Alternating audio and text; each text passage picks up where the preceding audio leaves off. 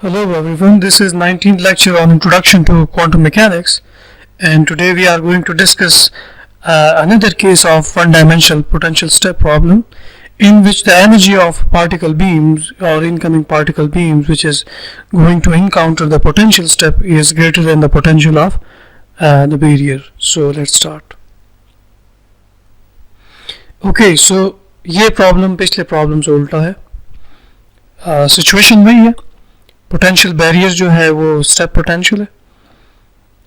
Incoming particle beam जो है वो माइनस इन्फिनिटी से प्लस इन्फिनिटी की तरफ ट्रैवल कर रही हैं and they encounter a potential at origin x equal 0 जो कि कांस्टेंट पॉजिटिव पोटेंशियल है, but this time the energy of particle beam is greater than the potential.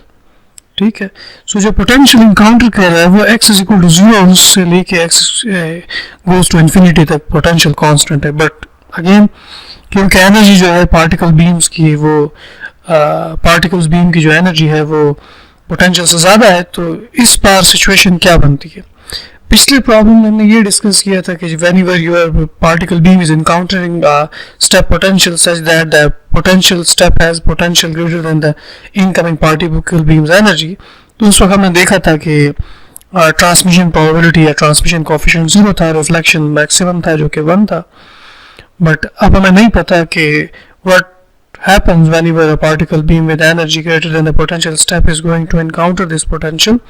So our task is to find out the wave function corresponding to this situation, as well as we have to find out the transmission and reflection coefficient. ठीक है. So let's start. इस बार मैं थोड़े से shortcut लगाऊंगा because पिछले problem में हमने काफ़ी चीज़ें डिटेल में डिस्कस की हैं, लाइक प्रोबेबिलिटी करंट कैसे कैलकुलेट करते हैं, ट्रांसमिशन रिफ्लेक्शन कोएफिशिएंट कैसे कैलकुलेट करते हैं. तो यहाँ पे मैं कुछ जगहों पे शॉर्टकट करूँगा. अगर मैं उधर जंप करूँगा तो आपने माइंड नहीं करना बिकॉज ये डिस्कस हो चुका है पिछले लेक्चर में, लेक्चर 18 में. So let's start. दो रीजन है. रीजन 1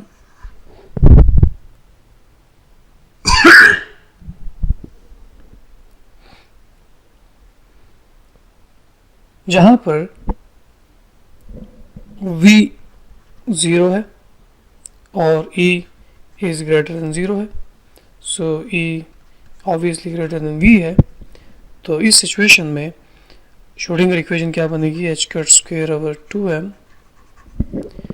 d स्क्वायर साई, मैं फर्स्ट रीजन के वेव फंक्शन को साई 1 का नाम दे देता हूँ, plus 0 Sai 1 equals e psi 1.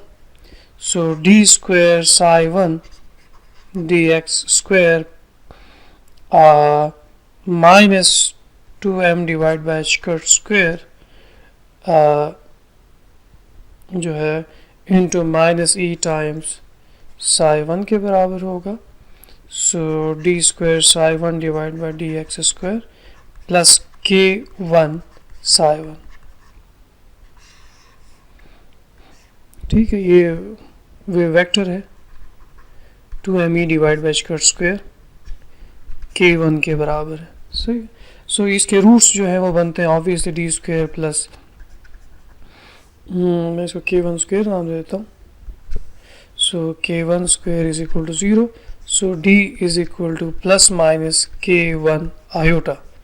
सो सोल्यूशन ऑब्वियसली क्या होगा, psi 1 is equal to a exponential iota kx plus b exponential minus iota kx, where this is psi incident, a exponential iota kx, and psi incident के corresponding आप j incident निकालेंगे तो वो बनेगा h cut k divide by m times a square. सही. ये हम पिछले लेक्चर में कर चुके हैं psi incident के corresponding. सही. सिमिलरली psi रिफ्लेक्शन जो है वो b एक्सपोनेंशियल माइनस आयोटा के x के बराबर होगा, k इधर 1 होगा. So this time you have to please instead of writing k you have to write k1. So what is j reflection? This is h cut k1 corresponding to psi b. Psi reflection you have to put b square divided by m. ठीक है। सो ये चीज़ें हमने direct कर दी because ये पिछले lecture में हम ऑलरेडी कर चुके हैं। Okay, so this is basically the region 1, सही है। So what about the region 2? So region 2 के बारे में डिस्कस करते हैं। रीजन 2 की तरफ ज़रा आप देखें, यहाँ पे ज़रा देखें। रीजन 2 में एनर्जी ज़्यादा है पोटेंशियल से, सो E is greater than V, so E minus V is greater than 0, V minus E is less than 0. V minus E is less than 0 means V minus E is negative, सही है। सो अब हम reason 2 में solve करते हैं। Potential है but energy से कम है। So again write you Schrodinger equation minus H square square, this is region 2। So minus h square over 2m d square. This time for region 2 I will place psi 2 plus, now I can write v psi 2 into e psi 2. So minus h square over 2m d square psi 2 by dx square plus v minus e psi 2 equals 0. So multiplying with minus 2m divided by h square on both sides, you will get this differential equation. 2m divided by h square times v minus e. Okay, so इस minus को plus कर दें, plus 2m divided by h square e minus v times I2 equals 0. Now remember, this time E minus V is less than 0 and E minus V is greater than 0, so this is positive. This is positive, and I name this whole thing K2. ठीक, इसको मैं K2 का नाम दे देता हूँ। So K2 क्या चीज़ बन गया? 2m divided by h square E minus V. Remember K1 में पोटेंशियल नहीं है, E माइनस 0 कह सकते हो या E कह सकते हो, ठीक है। सो ये इस इक्वेशन को ज़रा कैसे लिखेंगे? प्लस K2 स्क्वायर नाम दे दें, सही है। सो बिकॉज ये डिफरेंशियल इक्वेशन के रूट्स में स्क्वायर रूट की टर्म आती है सोल्यूशन में, उसको अवॉइड करने के लिए हम स्क्वायर लिखते हैं।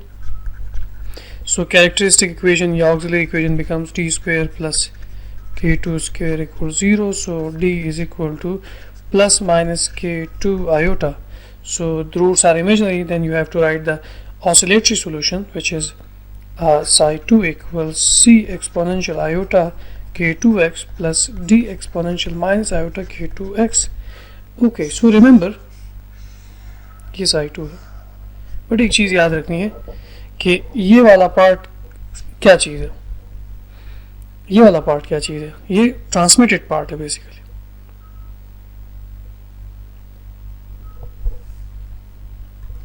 psi 2 equals C exponential iota K2x plus D exponential minus iota K2x, सही है।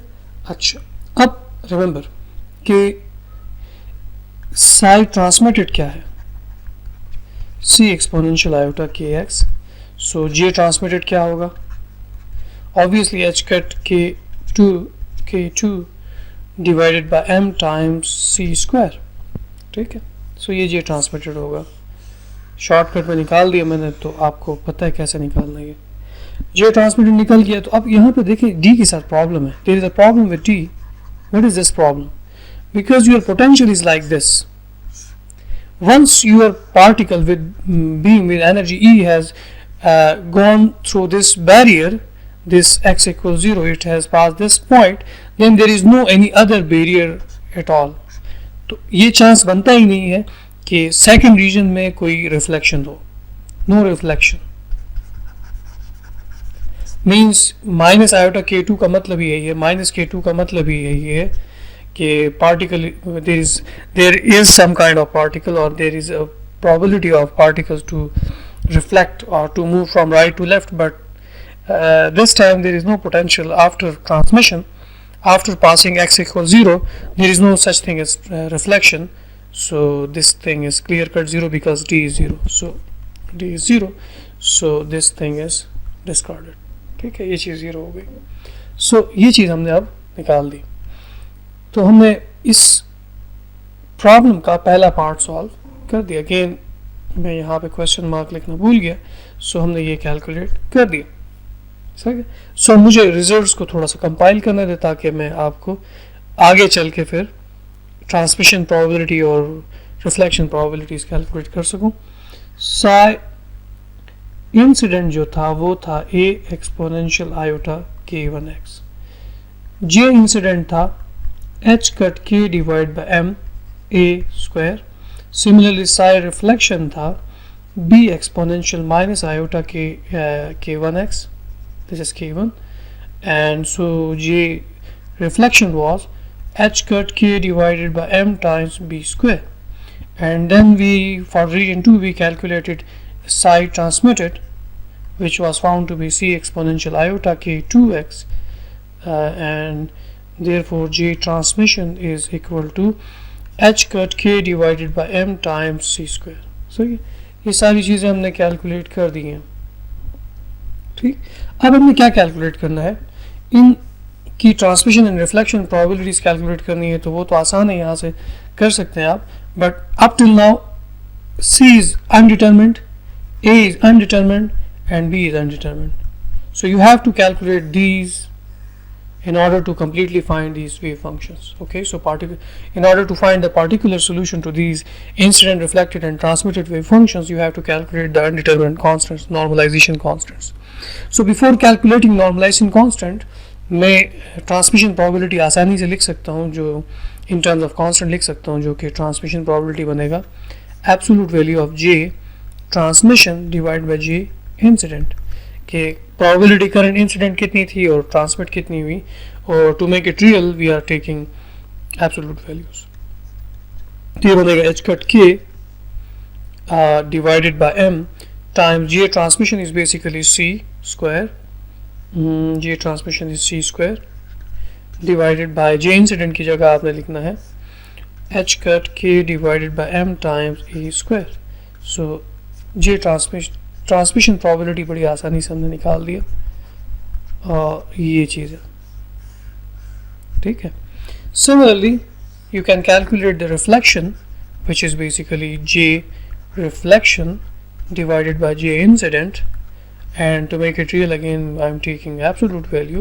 Then you have to place the value of j reflection, which is h cut k divide by m times b square divided by j incident, which is basically this thing, not this thing, rather than this thing.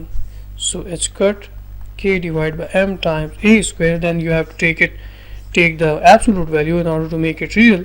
So now you are in the position to give the explicit result of reflection coefficient.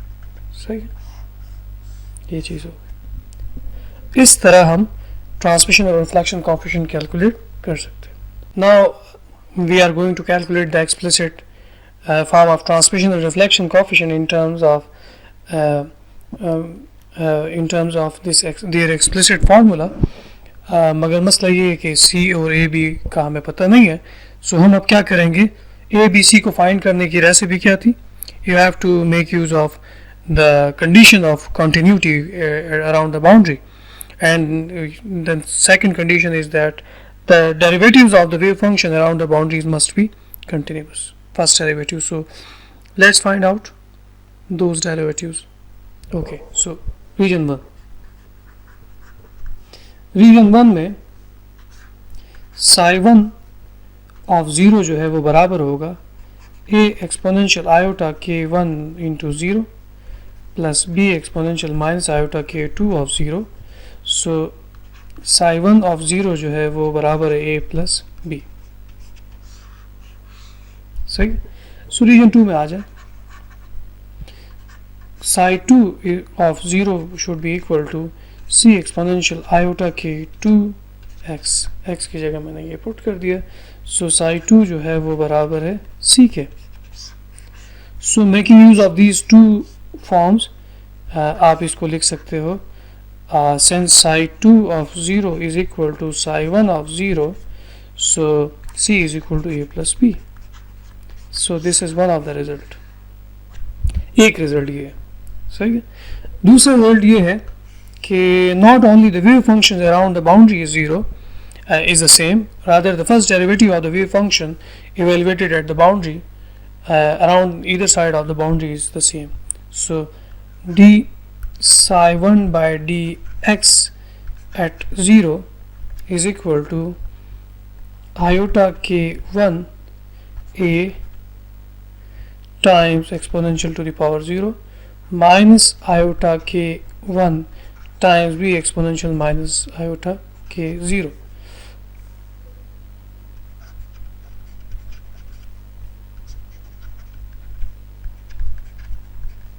Iota k1 common लेता हूँ तो a minus B आ जाता है यहाँ से जवाब। So similarly you have to evaluate the psi 2 at 0 with respect to x.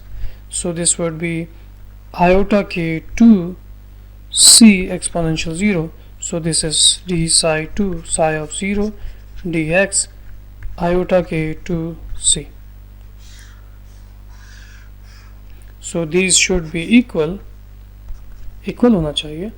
So iota k1 a minus b is equal to iota k2 times c. So iota iota से cancel हो गए, ठीक है।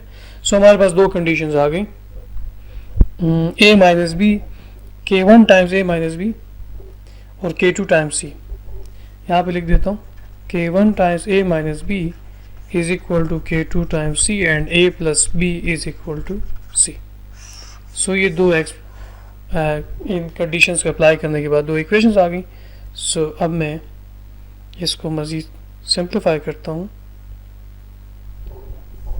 सो लिहाजा क्या बनेगा अभी, a plus b is equal to c, so b is equal to c minus a and k1 times a minus b is equal to k2 times c, सही है। सो मैं b की वैल्यू पुट करता हूँ यहाँ पे।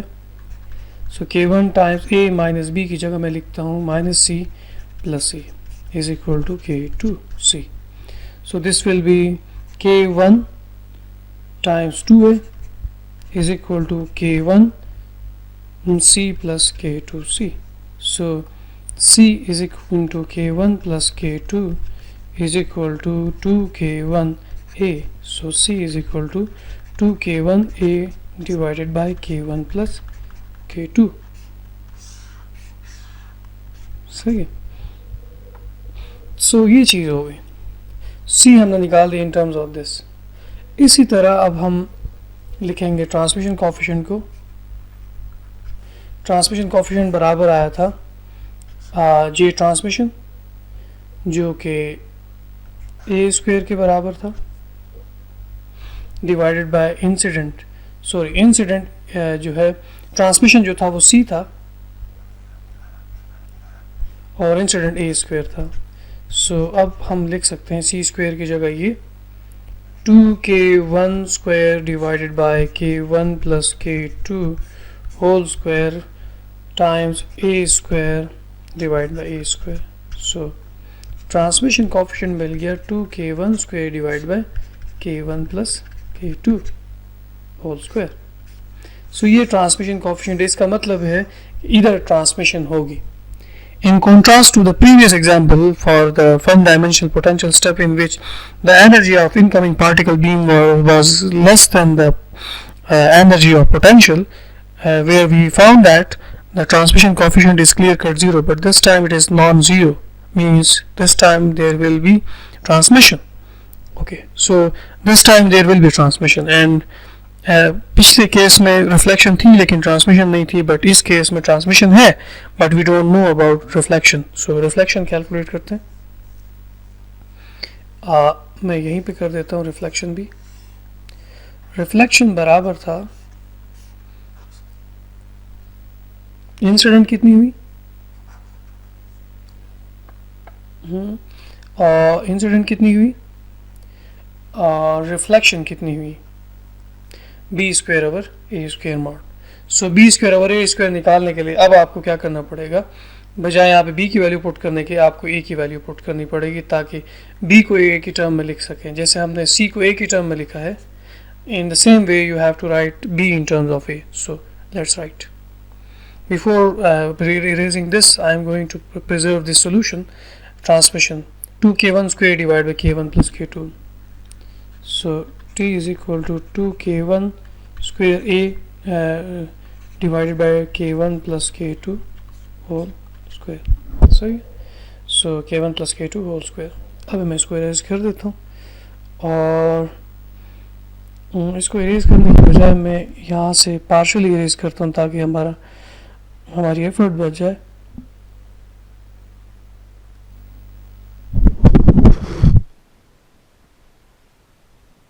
ओके, मैं erase कर देता हूँ बस। कुछ इक्वेशंस याद रखनी है। k1 इंटू ए माइनस बी k2 c के बराबर है।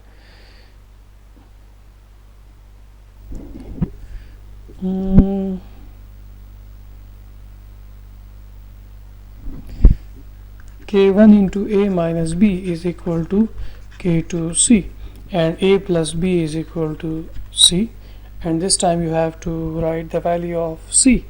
So मैं यहाँ पे c की वैल्यू पुट करता हूँ। So ये बनेगा k1 a minus k1 b is equal to k2 a plus k2 b. So मुझे b चाहिए, so मैं लिखूँगा k1 a minus k2 a is equal to k1b plus k2b. So this will be k1 in minus k2 times a is equal to b times k1 plus k2. So b की value मुझे मिल गई in terms of a, which is k1 minus k2 divided by k1 plus k2 times a. Now we are in a position to find the r. r किसके बराबर होगा? Reflection b square divided by incident a square. So this is going to be k1 minus k2 whole square divided by k1 plus k2 whole square times a square divided by a square. So r मुझे मिलेगा k1 minus k2 whole square, किसी भी real quantity का absolute value ले लें आप, तो this will be the same, square लेके रूट ले लें। सो ये रिफ्लेक्शन कोएफिशिएंट, ठीक है। सिमिलरली ट्रांसमिशन कोएफिशिएंट क्या आया? 2k1 square divide by k1 plus k2 whole square, सही है। सो आप देख सकते हैं ये चीज़ जो है ट्रांसमिशन और रिफ्लेक्शन प्रोबेबिलिटीज है, और this time both are non-zero, means it really doesn't mean that if the particles beam has energy which is greater than potential, then it will never ever reflect. It will reflect. This is a quantum mechanical result. We classically were expecting that since the particle beam has got energy which is greater than potential, so we do not expect to have a reflection. But the quantum mechanics says there is a reflection. ठीक है? So thanks for watching this video. Up till next video. Bye bye. और अगली video में हम one dimensional जो tunnelling through finite barrier है, जिसे हम टनलिंग इफेक्ट कहते हैं, जिसकी बेस पे अल्फा डीके जो है वो एक्सप्लेन होता है, प्रिंसिपल है जो अल्फा डीके का, जो कि प्योर क्वांटम मैकेनिकल रिजल्ट है, वो हम डिस्कस करेंगे। So thanks for watching. Up till next video. Bye bye.